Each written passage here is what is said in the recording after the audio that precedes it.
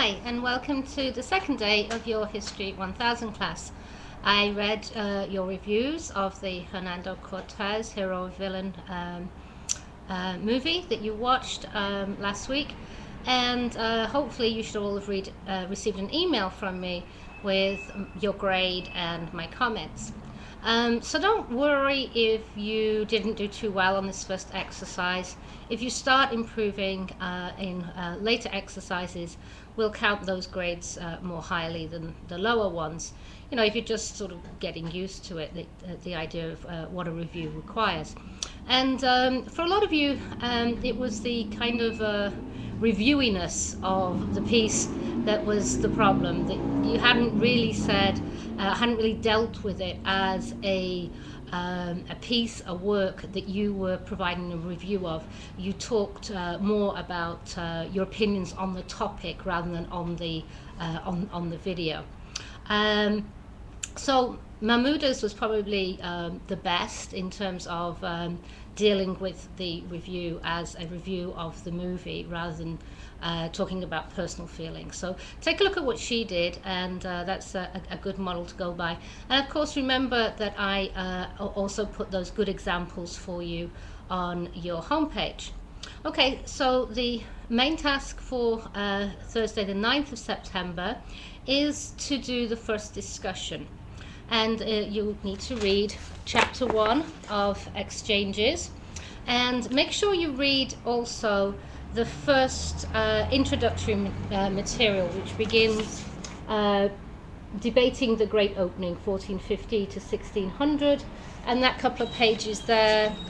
Take a look at the map before you begin chapter 1. It's just a couple of pages. It'll give you background information. Make sure that you've also viewed my PowerPoint video for chapters 1 and 2. This again gives you a lot of good background information in which you should understand these texts. There's no real easy way around this, although students have tried, and certainly you will fail the exercise and the class if I catch you plagiarizing. So remember, this is a question, so it needs an answer. And an answer is essentially an argument. So if I ask you a question, it's no good summarizing the 4 or 5 pieces that you've been asked to read. What you really need to do is to come up with your own unique argument, your own unique way of answering this question. After reading these things, do you believe that environmental determinism was a key factor?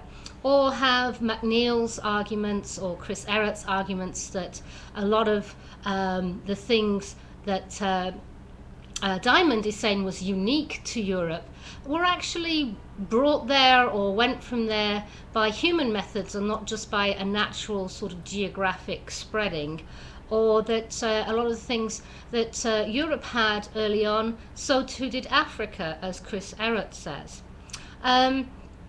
So when you answer, make sure your first sentence answers the question. This provides us with your argument. This is what you're going to argue in your answer.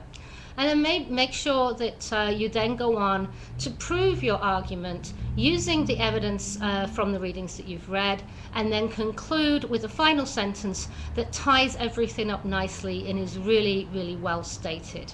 So that's my best general advice. Again, make sure you look at the good examples that have been provided for you, and also read the assignment details carefully for the kinds of things that I'm looking for. Okay, and remember, this has to be in by 9 a.m. I really don't want any people losing completely their whole marks for the day because they want to try and get it in at 2 or 3. I'll be grading them early in the morning, so that's when the grade will be awarded, so please have them in on time. Okay, and any questions, please feel free to email me, or you can ring me. My St. John's extension is 5223, and I'll be in my office from noon till 1:30 tomorrow. Okay, bye.